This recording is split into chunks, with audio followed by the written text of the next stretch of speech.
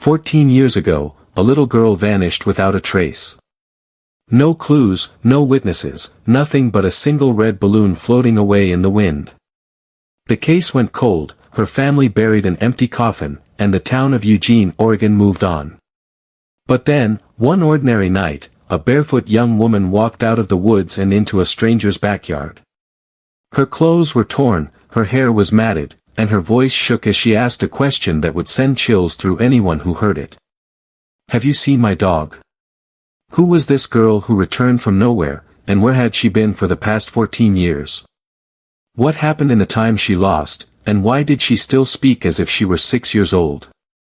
If you want to uncover the answers to these haunting questions, like this video and subscribe to my channel Unscripted Tales. Help us reach 5,000 likes on this story because it is a challenge given to me by my mother, so do it for her and let us dive into the night it all began.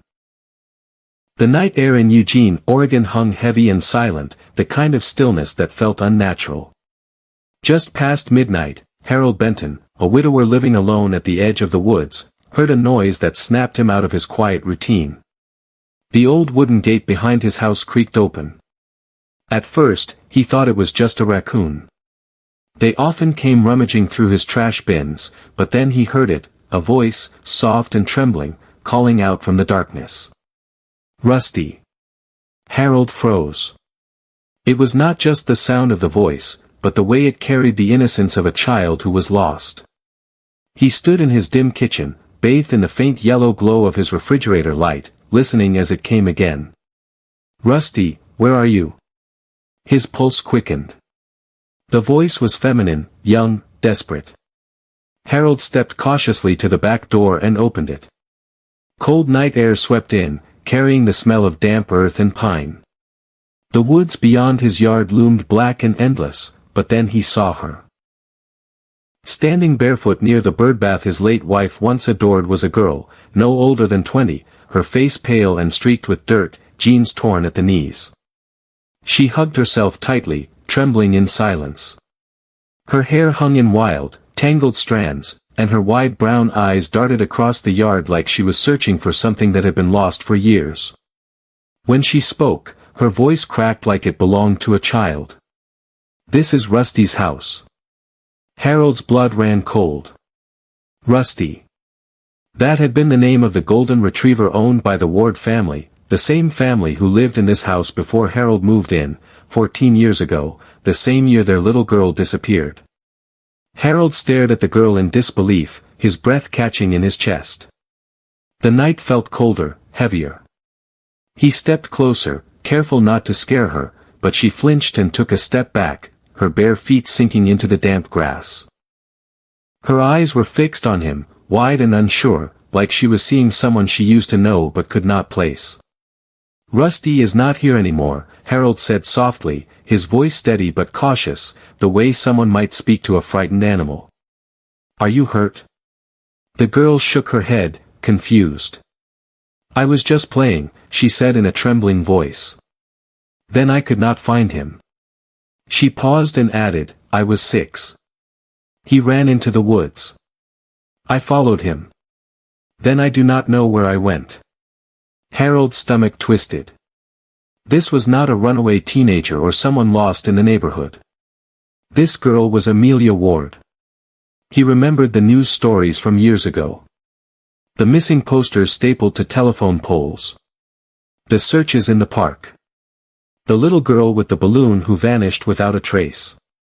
And now, she was here, standing in his backyard, barefoot and dirty, clutching something in her hand. When she opened her fingers, Harold saw it. A small, rusted dog tag. The letters were faded, but clear enough to read. Rusty. Within an hour, his quiet street was flooded with flashing lights. Marked police cars lined the road, and a few unmarked vehicles parked under the trees. Officers moved quickly but carefully, unsure of what they were walking into. Detective Jenna Cross arrived, coffee in hand, her mind spinning the moment she heard Amelia's name. She had worked this case 14 years ago when she was still new to the force. It was the one that haunted her most. She stepped inside Harold's living room and saw her. Amelia sat on the couch, wrapped in an old quilt, holding a cup of cocoa she had not touched. Her hands shook, and she stared blankly at the wall where an old family photo hung. "Amelia," Jenna said gently, kneeling beside her. "Do you remember me?" The girl looked at her, eyes clouded. "No." Her voice was soft, barely there. Jenna swallowed hard. 14 years ago, Amelia had disappeared from Alton Baker Park on a warm spring day. Search teams scoured every inch of the park, dogs lost the scent near the riverbank, and no signs of a struggle were ever found. Amelia was simply gone. And now she had walked out of the woods, older but empty-eyed, carrying nothing but her dog's tag and fragments of a memory. "Where have you been, Amelia?" Jenna asked. Amelia blinked. Her lips parted slowly. "I remember a room. Dark. The smell of something wet, like mold. I heard a dog barking far away. And someone whispering numbers over and over." Jenna's hand tightened on her pen. She had heard similar descriptions before, in other missing child cases that never got answers. But when Amelia spoke again, Jenna froze. "They told me I was not Amelia anymore." What else would Amelia reveal about the years she could not remember? Detective Jenna Cross sat frozen, Amelia's words echoing in her head. "They told me I was not Amelia anymore." The room went silent except for the faint hum of Harold's old refrigerator. Amelia stared down at her hands as if even saying her name felt strange. By morning, the news had already spread. Reporters crowded the street outside Harold's house, their cameras flashing as police escorted Amelia out carefully. She did not react to any of it. Her face was pale, her eyes vacant, as if she was floating somewhere between the past and the present. At the hospital, doctors examined her. No signs of injury, only malnourishment and exhaustion. But her mind was another story entirely. She did not know the year. She did not remember birthdays, school, or friends. Her only clear memories were of Rusty, the dog she had been chasing when she vanished, and a faint image of a tire swing in a backyard that no longer existed. Jenna knew what had to come next. She called Rebecca Ward. Rebecca's voice cracked when she answered. "Detective Cross. After all these years, why are you calling me?" "Rebecca," Jenna said softly, "we found her." There was silence, then a sharp, gasping sound, followed by the sound of Rebecca's sobs. When Rebecca arrived at the hospital, she looked almost afraid to walk into the room. She stepped inside slowly, holding a photo of Amelia from years ago, the little girl with the balloon and a missing front tooth. Amelia sat on the bed, hugging her knees, staring out the window. Rebecca spoke gently. "Amelia." The girl turned her head, her eyes scanning Rebecca's face like she was searching for recognition. Rebecca showed her the photo, her hands trembling. "This was you. Your 6th birthday. You cried when the balloon flew away." Amelia leaned forward, staring at the photo. She pointed at the dog in the picture. "I know him," she said softly. "That is Rusty. He used to bark at the doorbell." Rebecca's tears fell faster. "Yes, baby, that is Rusty. And that is you." Amelia hesitated.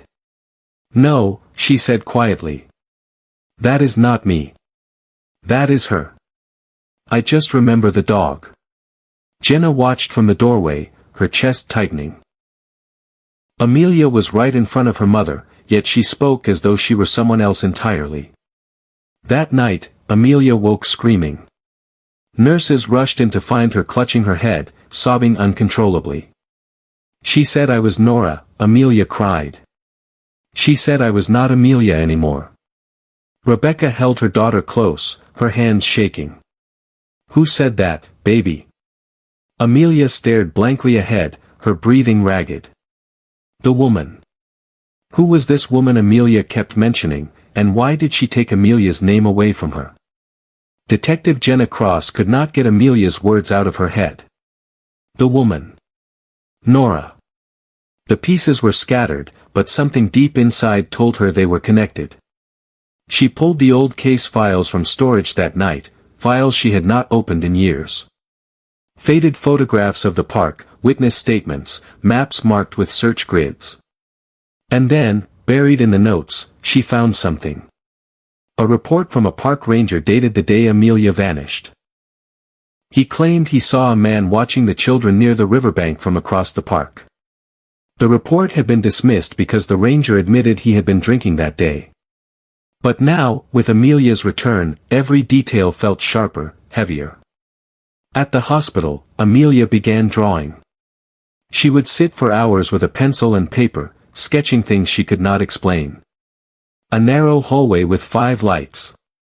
A symbol of 3 interlocking circles. A room with no windows and a single red door. Jenna studied the drawings. "Amelia, what is this?" Amelia stared at her sketch, her brow furrowed. "I think I lived here," she said softly. "It was underground." Rebecca gasped, covering her mouth. Jenna leaned closer. "Underground?"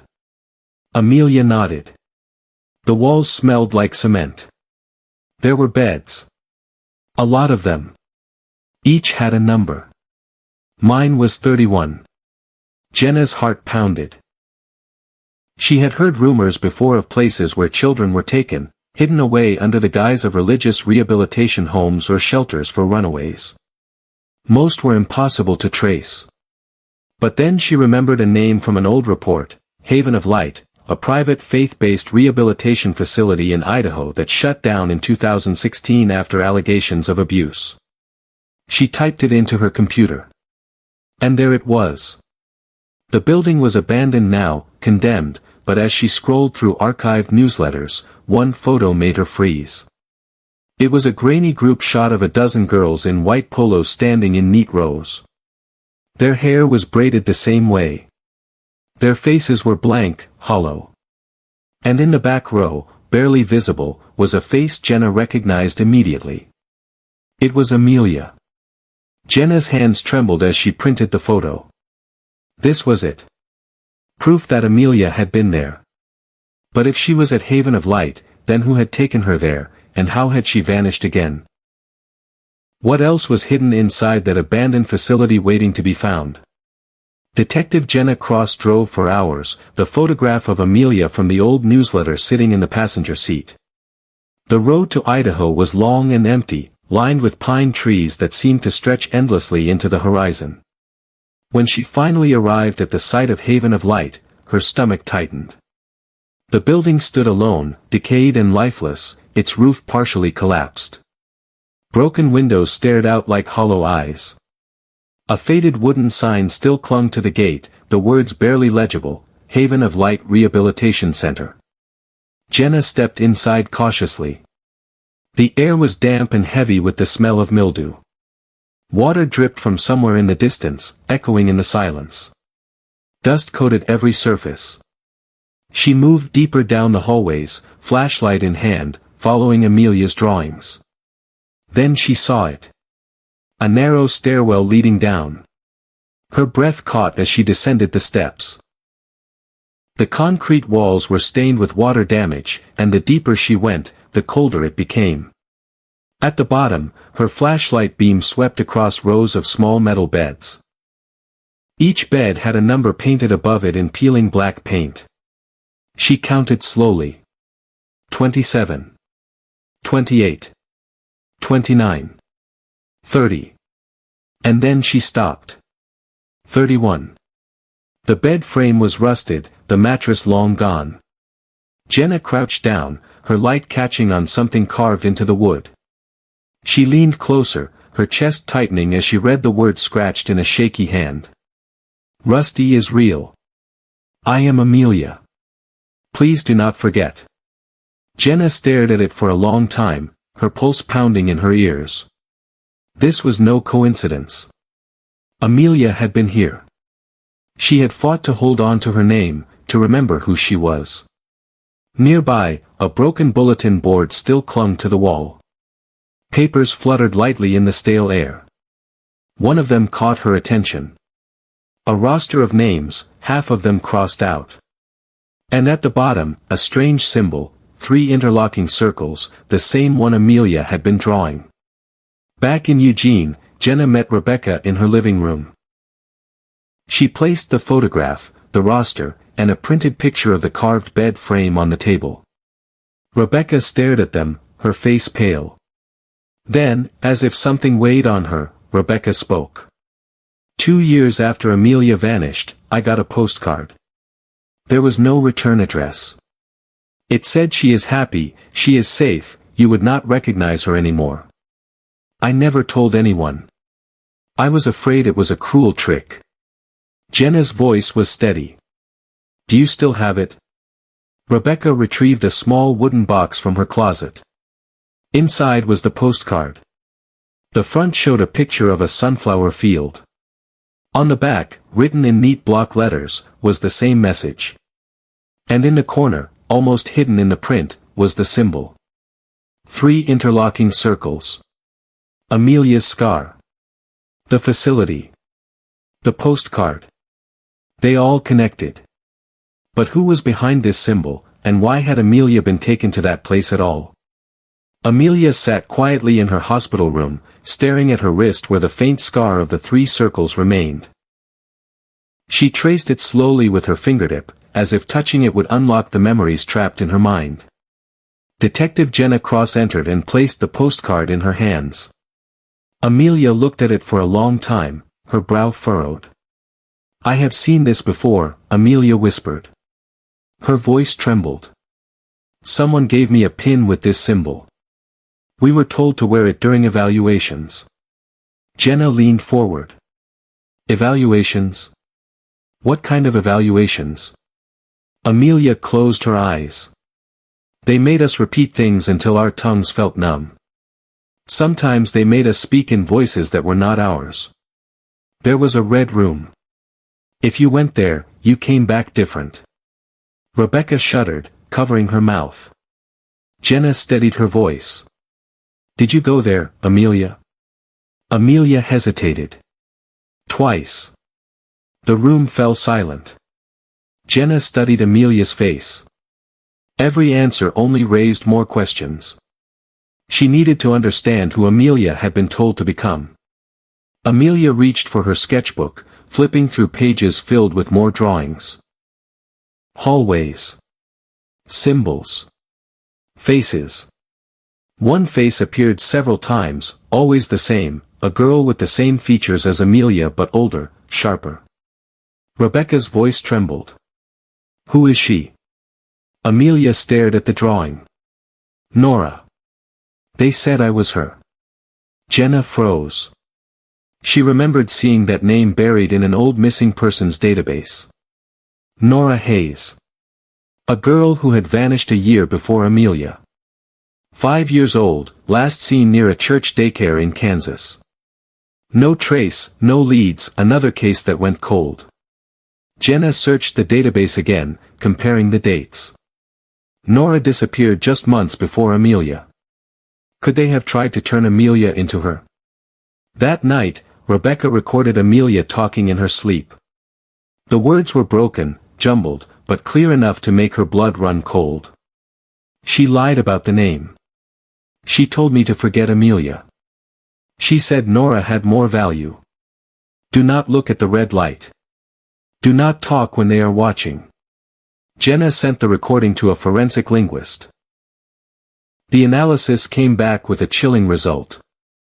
There were 2 distinct speech patterns present. One belonged to Amelia now. The other matched that of a younger child, one who had been conditioned in a different environment years earlier. This girl may have been coached, the linguist explained. She was not only told to forget who she was. She was trained to become someone else. Jenna looked over at Amelia, sitting silently by the window, her hands folded in her lap. Her identity had been stripped, rewritten, twisted into something else. But why? What was so important about Nora Hayes that Amelia had been forced to replace her? Detective Jenna Cross spent the next several nights buried in files. She went through every missing child report, every abandoned lead, every note connected to both Amelia Ward and Nora Hayes. The deeper she dug, the clearer it became. These cases were not isolated. They were linked by something far larger and far more calculated than anyone had realized. One night, Jenna received a call from a retired federal agent named Marcus Bell. He had worked on cases similar to Amelia's years ago. When Jenna told him about the symbol of the 3 interlocking circles, his voice went tense. He told her it belonged to a group once investigated under the name the Renewal Network. They were a religious front that claimed they were saving children from broken homes, but behind closed doors, they were erasing identities and reshaping them for something else. Marcus gave her a name. Marion Crowe.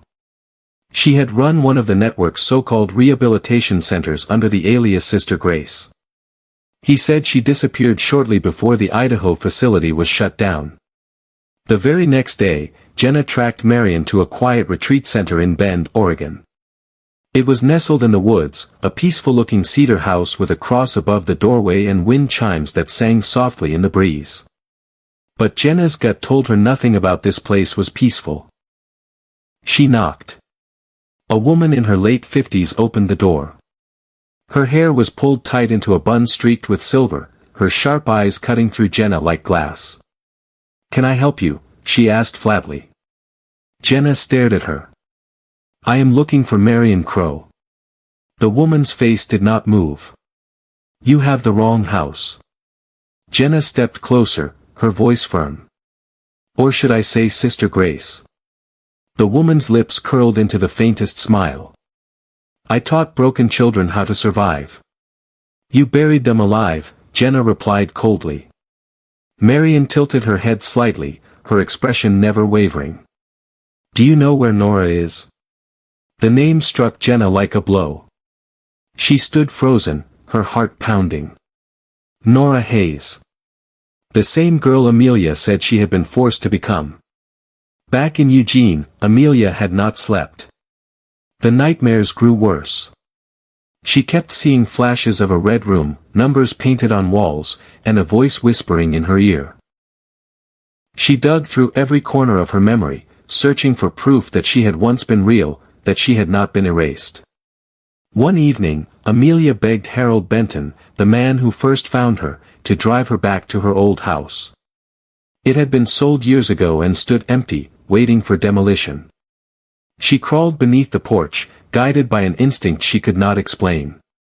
Her hands clawed at the dirt until her nails cracked. Then she hit something solid. It was a small tin box, rusted and sealed shut. Her hands trembled as she pried it open. Inside was a faded photograph of her and Rusty in the backyard, a crayon drawing signed Amelia W., and a cassette tape labeled in clumsy, childlike handwriting. They drove to Harold's house. He still had an old cassette player. Amelia slid the tape in and pressed play. The speakers crackled. Then came a voice, small and frightened but unmistakable. "My name is Amelia Ward. If anyone hears this, please tell my mom I did not leave on purpose." Rusty ran and I followed. Then a lady said I had to forget, but I do not want to. I am Amelia. Please remember me. Rebecca listened to the tape later that night, tears running down her face as she clutched her daughter's hand. That voice was proof.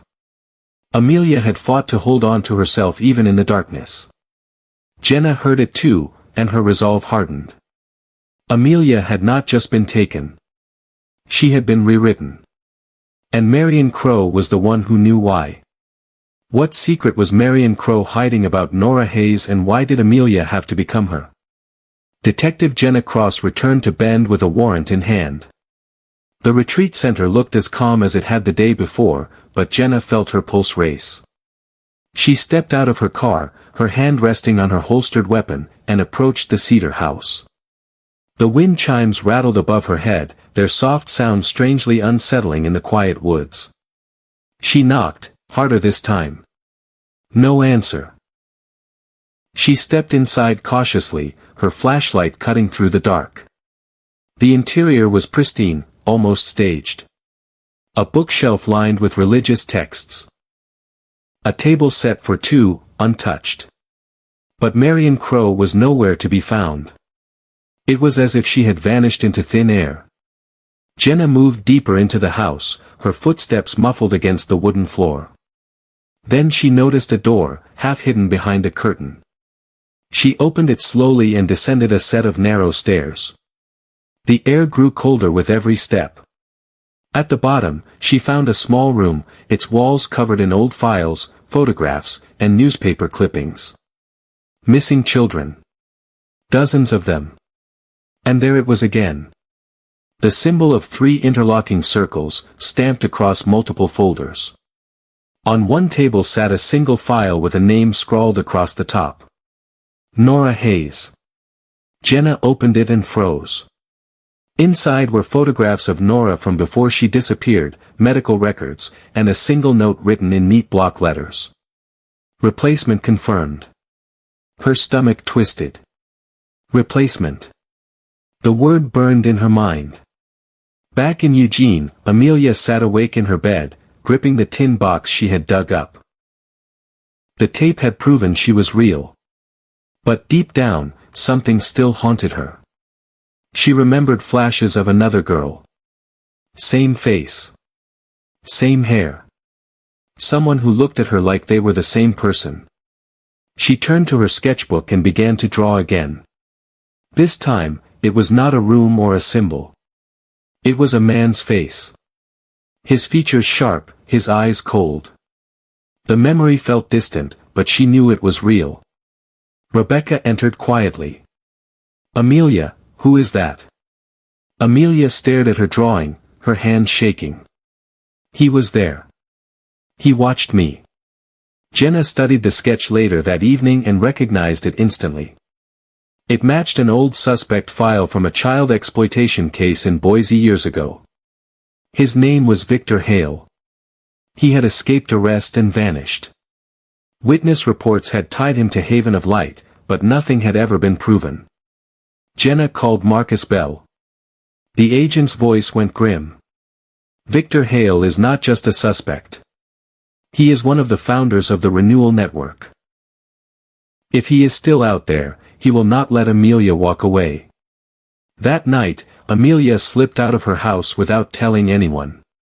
She followed a path she had drawn over and over in her sleep.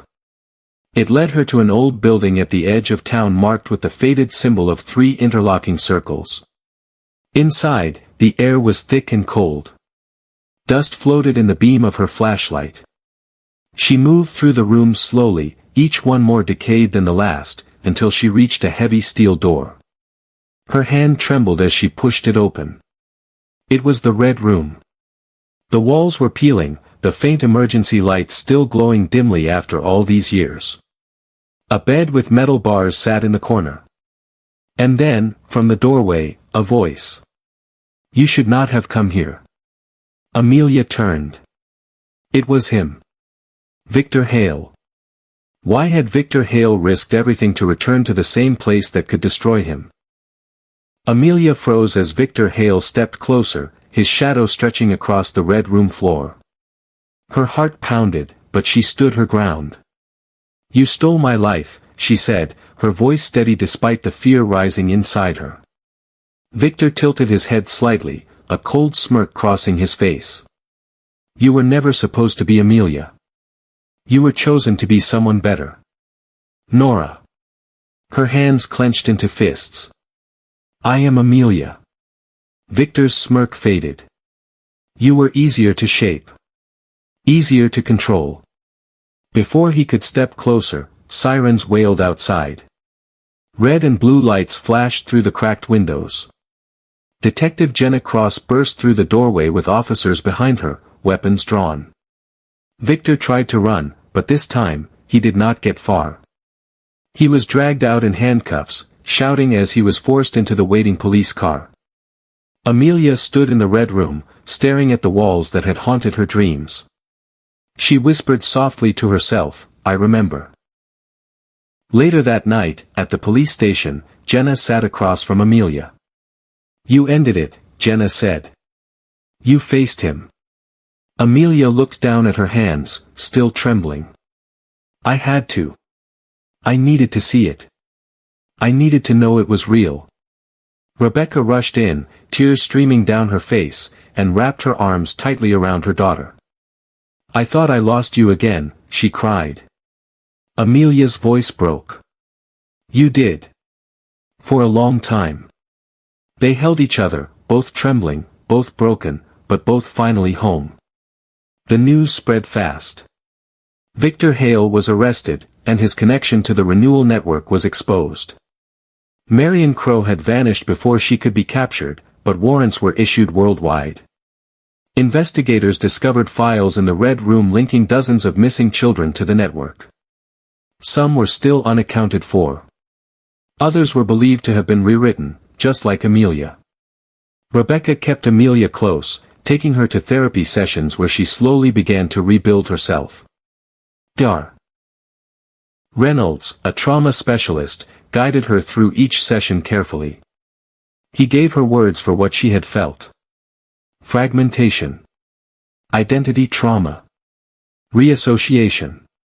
Amelia learned that the fear would not vanish overnight, but it could be named, faced, and managed. She began journaling, painting, and sketching. Her drawings shifted from dark rooms and empty hallways to open skies and bright colors. She signed every painting with 2 words. Still Amelia. Harold Benton remained a steady presence in her life. He would visit every week, sitting on Rebecca's porch with Amelia, sipping lemonade in quiet company. One afternoon, Amelia gave him a drawing of his backyard from the night she returned. Him on the porch, her standing barefoot near the birdbath. Harold blinked back tears. You were never mine, he said softly, but I will always be yours. On her 21st birthday, Rebecca threw a small gathering. There were no reporters, no headlines, just family, a few friends, Detective Jenna, and Harold. They planted flowers at the spot where Rusty had once been buried and tied his old dog Tag to a small wooden cross. For the first time in years, Amelia smiled. Not a forced smile, but a real one. That night, as the party faded and the house grew quiet, Amelia stepped outside alone. She looked up at the stars, breathed in the cool night air, and whispered, I am Amelia. And I am still here. But weeks later, an unmarked package arrived at Rebecca's doorstep. Inside was a velvet pouch. Amelia opened it carefully and found a silver necklace engraved with one word. Truth. Who had sent the necklace, and why did Amelia feel like someone was still watching her? Amelia held the silver necklace in her hand, her fingers trembling as she traced the word engraved on it. Truth. She turned it over, half expecting a note, but there was nothing else in the pouch. Rebecca looked at her nervously. Do you know who sent it? Amelia stared at it for a long moment before shaking her head. But deep inside, she felt something she had not felt in years. Closure. Whoever sent it, they wanted her to remember what she had fought so hard for. Detective Jenna Cross followed up on the package and uncovered its origin. It had been mailed from an abandoned post office in Idaho, near the old Haven of Light facility. Security footage showed nothing but a blurred figure in a hood leaving the box at the counter and walking away. The sender was never identified. But attached to the shipping label was a faint imprint of the 3 circles symbol, partially smudged, as if left there intentionally. Amelia smiled faintly when Jenna told her. It does not matter anymore, she said quietly. I am done living in their shadow. Months passed. Victor Hale was sentenced to life in prison. His testimony confirmed everything. The Renewal Network had stolen children, stripped their identities, and rebuilt them to fit their twisted ideals.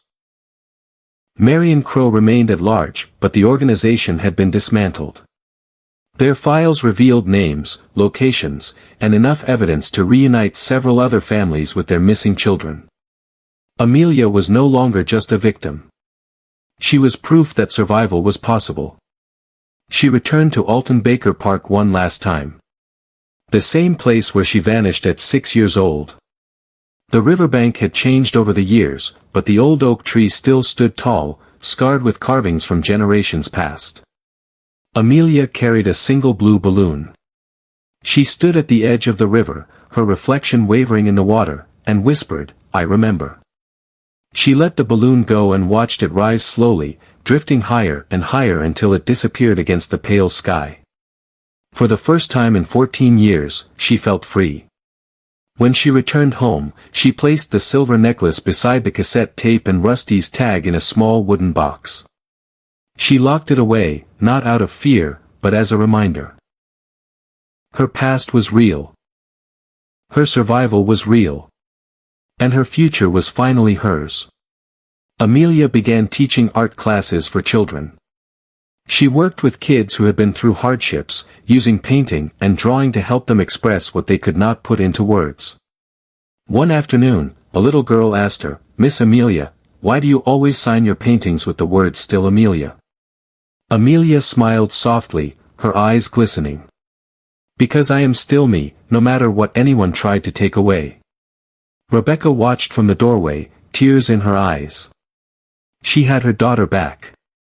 Maybe not exactly the same as before, but stronger. Different, yes, but still hers. As the sun set that evening, Amelia sat on the porch, sketching quietly. The wind was cool, the sky painted in shades of gold and pink. Harold's words echoed in her mind. "You were never mine, but I will always be yours." She smiled faintly and whispered into the evening air, "I made it, Rusty." If you are still watching this story, it means it truly connected with you. That means this story deserves your like and your subscribe. Please help me reach 5,000 likes because this is a challenge from my mother, so help me out, guys. It is totally free and it means the world to me. Also, tell me in the comments, from which city are you watching this story?